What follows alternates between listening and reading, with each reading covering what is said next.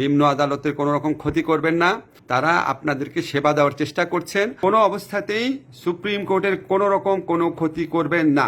আদালতে কোনো ধ্বংসযজ্ঞ বা নাশকতামূলক কাজ করবেন না। আসসালামু আলাইকুম।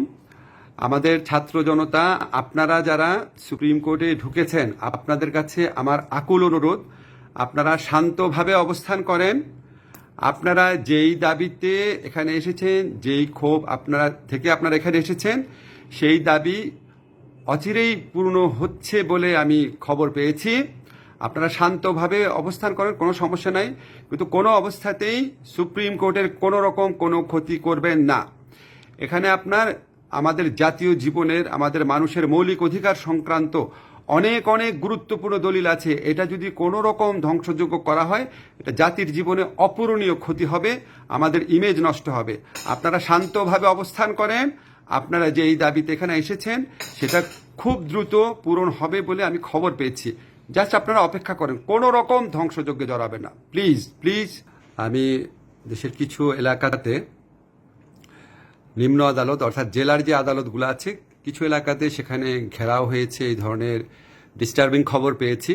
তো আমি যারা আন্দোলনকারী ছাত্র জনতা ভাই আছেন, তাদের কাছে আমি একটা অনুরোধ করব, কোনো অবস্থাতেই জেলার কোনো আদালতে কোনো ধ্বংসযজ্ঞ বা নাশকতামূলক কাজ করবেন না, এবং সেখানে ঘেরাও করারও প্রয়োজন নাই। আমি যতদূর জানি, আমি আপনাদের কনফার্ম করছি, ছাত্র জনতার পক্ষ থেকে যেই প্রত্যাশাটা ছিল সেটা হচ্ছে উচ্চ আদালতের, সুপ্রিম কোর্টের চিফ জাস্টিস এবং অন্যান্য কিছু জাজের পদত্যাগের ব্যাপারে। নিম্ন আদালতের ব্যাপারে তাদের কোনো কর্মসূচি নাই, এবং এটা ভুল করে বা না জেনেই কেউ বলে দিতে পারে, কিন্তু আমি আপনাদের কনফার্ম করছি এই ধরনের কোনো কর্মসূচি অ্যাটলিস্ট আপাতত নাই। আপনারা কোনো অবস্থাতেই নিম্ন আদালতের কোনো রকম ক্ষতি করবেন না। এই সমস্ত এত কিছু এই পরিস্থিতির মধ্যেও তারা কাজ করে তারা আপনাদেরকে সেবা দেওয়ার চেষ্টা করছেন। অতীতে যে ভুল ভ্রান্তি কিছু জায়গায় হয়েছে, সেটার থেকে তারা বের হয়ে আসবেন, এবং সেটা তারা আমি আপনাদেরকে আইন মন্ত্রণালয়ের যে দায়িত্বপ্রাপ্ত উপদেষ্টা হিসেবে বলছি, সেরকম নিশ্চয়তা তারা দিয়েছেন।